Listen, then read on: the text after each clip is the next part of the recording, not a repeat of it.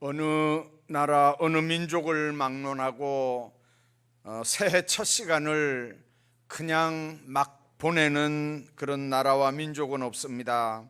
모든 사람들에게 다 이 새해의 첫 시간은 특별한 시간입니다. 이스라엘은 특별히 이 첫 시간을 하나님 앞에 드리는 법으로 규정을 했습니다. 그래서 새해 첫날을 로쉬 하샤나라고 그렇게 부르면서 한 해의 머리가 되는 날이라고 그렇게 불렀습니다. 민수기 29장과 레위기 23장을 보면 이 새해 첫날을 지키는 규정이 분명하게 기록이 되어 있습니다.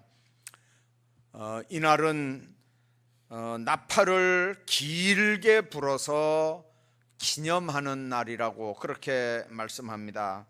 이제 그럴 때 나팔은 반드시 수양의 뿔로 만든 나팔이어야 되고, 우리 한글 번역에는 양각 또는 양각 나팔 이렇게 번역이 되어 있습니다. 그렇게 길게 나팔을 불고, 또 유대인들은 신년 첫날 회당에 모여서 예배를 드립니다. 그 예배 순서 가운데 가장 많은 시간을 차지하는 게 시편 47편 말씀을 그 사람들은 읽는데, 그 내용이 이런 겁니다. 여호와께서 나팔 소리 중에 올라가시도다. 찬송하라, 하나님을 찬송하라. 찬송하라, 우리 왕을 찬송하라. 하나님은 온 땅의 왕이심이로다. 하나님을 어떤 하나님으로 고백하고 찬양하냐면 온 땅의 왕으로 그렇게 찬양하고 영광을 올려드리는 말씀, 시편 47편을 읽는데, 한 번만 읽는 게 아니고 온 회중이 7번을 합독하면서 그걸 노래로 불러드립니다. 그래서 그 합독하는 게 끝나면 또 양각나팔을 크게 불어서 그 나팔 소리가 온 회당에 가득 채워지도록 그렇게 했습니다. 여러분들, 시편 47편을 7번 독송을 하고 또 양각나팔을 부는 전통은 어디서부터 생겼을까요? 여호수아 6장에 보면 이스라엘 백성들이 40년 동안 광야 생활을 마무리하고 요단강을 건너서 첫 가나안 땅 첫 성이 바로 여리고 성이었던 걸 우리가 압니다. 그 여리고 성은 얼마나 견고한지 유목민인 이스라엘 백성들의 무력으로는 절대로 그걸 정복할 수 없는 아주 난공불락의 성입니다.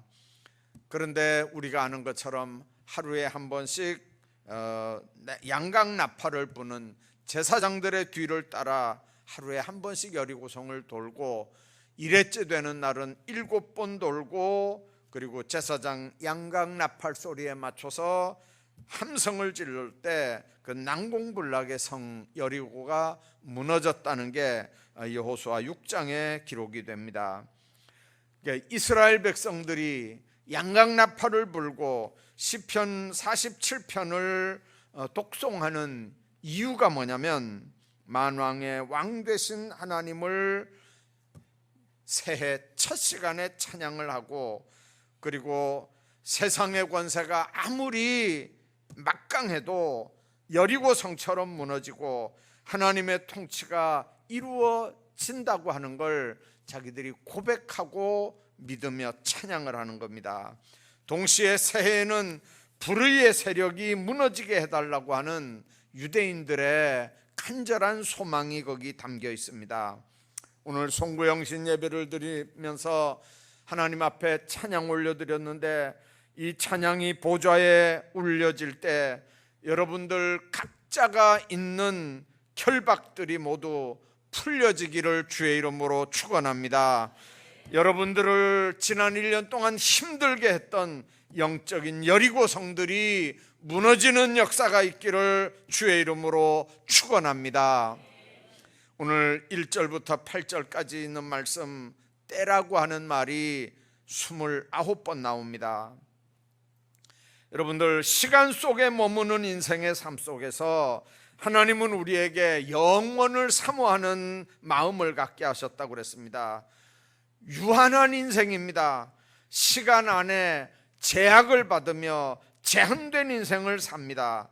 그러나 하나님의 은혜로 영생을 얻게 됐고 영원을 지향하는 삶을 우리가 삽니다. 모든 인생은 하나님의 긍휼이, 하나님의 은혜가 없으면 세상에서 잠시도 살아갈 수 없는 존재라고 하는 걸 지금 고백하는 겁니다. 오늘 우리가 읽은 이 본문을 통해서 새해는 작년보다는 나은 삶을 우리가 하나님 앞에서 살아야 되는데, 정말 그런 축복된 삶들을 어떻게 하면 열어갈 건가, 오늘 간단하게 몇 말씀 드리려고 합니다. 우선 하나님의 주권을 인정하시기 바랍니다. 오늘 1절에 있는 말씀 보시면 천하범사가 다 기한이 있다, 모든 목적이 이룰 때가 있다, 그렇게 말씀합니다. 이 말씀은 세상의 모든 것이 인간의 힘에 의해서, 인간의 어떤 계획에 의해서 진행되는 게 아니라 하나님의 주권과 섭리에 의해서 시작이 되고 마무리된다고 하는 걸 보여주는 말씀입니다. 1년 동안 여러분들 살아봤지 않습니까? 1년 동안 땀 흘려 고생도 해봤고, 1년 동안 머리 쓰고 계획도 해봤고, 1년 동안 다 해봤지 않습니까? 이제 한 해를 마무리하면서 여러분들이 만족할 만한 결과를 얻었다고 자신 있게 내놓을 수 있는 게 얼마나 됩니까? 여러분들, 작년 한 해만 그런 거 아니지 않습니까? 그게 계속해서 반복이 되는데도 우리는 스스로 속습니다. 여러분들, 시간의 주인이고 역사의 주인이면 그분께 내 삶을 한번 맡겨드리는 게 어떻겠습니까? 그분의 절대 주권을 인정하고 그분 손에 내 삶이나 내 계획이나 내가 기도하는 모든 제목들을 그분 손에 한번 얹어드리는 게 어떻겠습니까? 세상 속에 있는 모든 건 자기의 목적을 위해서, 자기의 존재 목적을 위해서 끊임없이 움직여갑니다. 그러나 하나님은 시간 속에서 이 세상의 모든 일에 때를 정하고 섭리하고 계신다고 하는 걸 우리가 인정해야 됩니다. 그걸 우리가 믿어야 됩니다. 모든 사물들은 하나님이 정해주신 법칙과 질서에 따라서 정확하게 움직입니다. 어느 거 하나 자신의 때를 놓치거나 거역하지 않습니다. 우리 농사 짓는 분들 다 알지 않습니까? 꽃이 필 때, 꽃이 피어 있는 동안에 해야 할 일이 있습니다. 꽃이 떨어지고 열매가 맺을 때, 그 열매가 아직 콩알만 할 때 해야 하는 일이 있습니다. 점점 밤톨만 하고 야구공만 할 때도 해야 할 일이 있습니다. 그 때를 놓치면 농사 안 되는 거거든요. 하나님은 정확한 때를 주셨고 그 때를 우리로 활용할 수 있도록 하셨습니다. 하나님의 때를 뒤집지 못합니다. 하나님의 때를 바꾸지 못합니다. 하나님의 때를 변개하지 못합니다. 하나님의 때는 그냥 놔둬야 됩니다. 하나님의 계획, 하나님의 섭리는 그냥 놔둬야 됩니다. 하나님의 절대 주권은 그냥 인정해야 합니다. 그래 놓고 그 하나님의 섭리 안에서 기도하면서 하나님의 뜻을 이루어드리고 그 뜻에 맞춰서 살아가는 지혜를 우리가 터득해야 됩니다. 여러분들, 죄로 얼룩진 인생은 하나님의 그런 섭리를 절대로 깨닫지 못합니다. 하나님께 소망을 두고 그 말씀의 승부를 걸고 사는 성도들만 하나님의 섭리를 알게 되고 그 뜻에 순종하게 되고 그분의 섭리의 물결에 따라 모든 삶을 맡기고 이끌려가는, 인도받는 삶을 살 수 있게 됩니다. 왜 그렇습니까? 오늘 본문에 있는 말씀 보니까 날 때가 있고 죽을 때가 있기 때문에 그렇습니다. 날 때가 있고 죽을 때가 있습니다.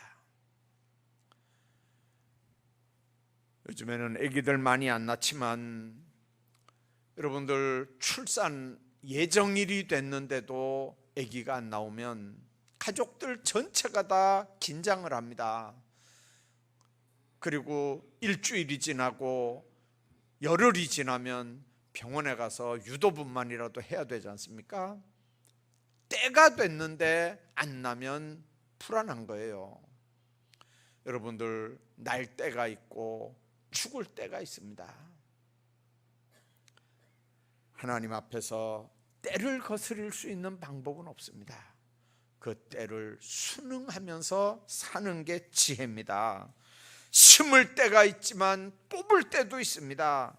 하나님 안에서 죽일 때도 있고 치료시킬 때도 있고 헐 때가 있고 세울 때가 있다 그랬습니다.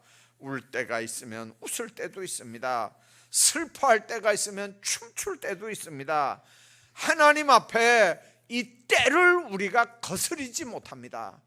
때를 변개시킬 수도 없습니다. 때를 내가 만들 수도 없습니다. 때는 내가 할 수 있는 일이 아닙니다. 그건 그분의 영역입니다. 되어지는 모든 때는 내 영역이 아니고 그분에게 속한 영역이고 그분의 때에 내가 얼마나 맞춰서 하나님 앞에서 사느냐가 하나님 앞에 지혜로운 하나님의 백성으로 사는 일입니다. 여러분들 제일 마지막 8절에도 보니까 그랬습니다. 전쟁할 때가 있고 평화할 때가 있다. 국제정세를 북한이나 중국이 쥐었다고 생각하면 안 됩니다. 일본이나 미국이 주관한다고 생각해도 안 됩니다. 여러분들 하나님이 주관하고 하나님의 뜻대로 역사를 주관하십니다. 역사를 주관하는 분은 하나님이고 세계 역사를 다스리는 분은 하나님이십니다. 우리 인생들은 그 되어지는 일들의 기한을 알 수가 없습니다. 알 수가 없습니다. 며칠 전에 용산기지에서 미군 기지에서 비상벨이 울렸습니다. 뉴스 들으셨죠? 만일 그 비상벨 때문에 여러분들 미군들이 북한을 향해서 막 쐈다고 한번 생각해 보십시오. 그 비상벨을 믿고 공격하는 버튼을 막 눌렀다고 한번 생각해 보세요. 어떤 일이 일어났겠나? 생각만 해도 끔찍하잖아요. 주님 안에서 사람 하나 생각 잘못하면, 지도자 하나 생각 잘못하면 세계 역사는 얼마든지 뒤바뀌는 거예요. 사람들의 생각을, 사람들의 마음을 주관하는 분이 하나님인 걸 믿으시기를 바랍니다. 그래서 모든 역사의 주인은 하나님입니다. 하나님의 주권과 섭리를 우리가 믿고 정말 우리가 지혜롭게 세상을 산다면 그 하나님께 내 모든 삶을 얹어드리는 겁니다. 하나님 안에서 지혜로운 보다 나은 인생은 하나님의 뜻은 접어두고 자기 뜻대로 뭔가를 이루려고 애쓰고 있는 게 얼마나 미련한 인생들의 모습인지를 순간순간 고백하는 겁니다. 하나님의 주권을 인정하는 삶을 사는 겁니다. 생사화복이 주님 손에 달려있다고 고백하는 겁니다. 시간의 열쇠가 나한테 있는 게 아니고 그분 손에 있다고 고백하는 겁니다. 여러분들 2020년에는 속지 맙시다. 한두 번 속은 거 아니지 않습니까? 역사를 내가 다스릴 수 있는 게 아닙니다.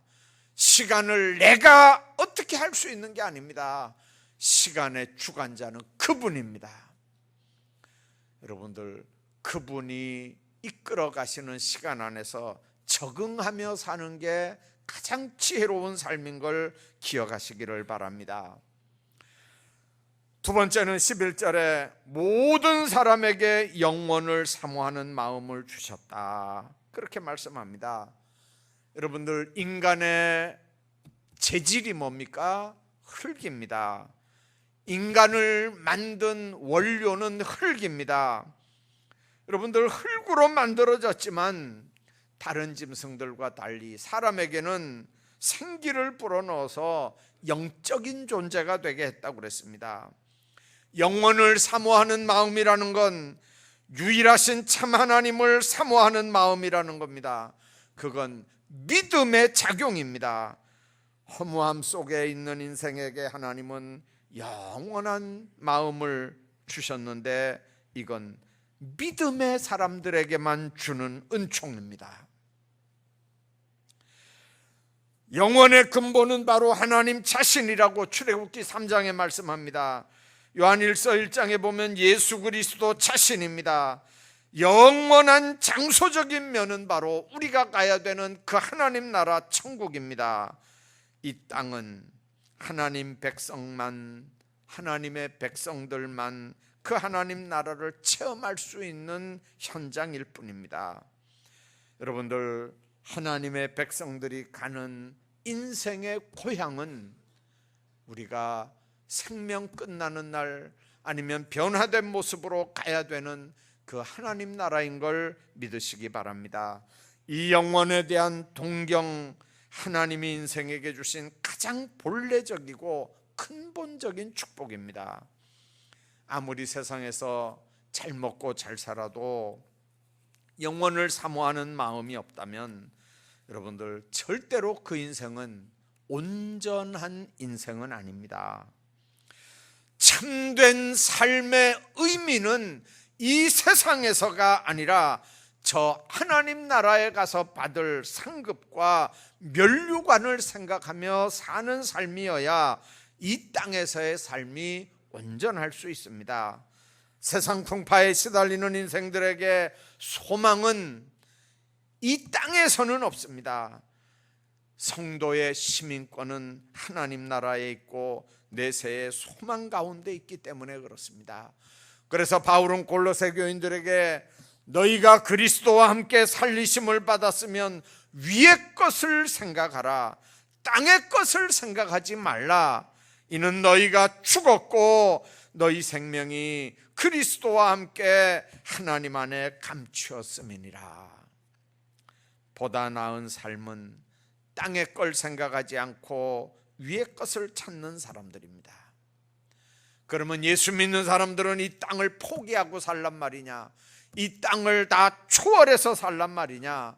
그렇지 않습니다.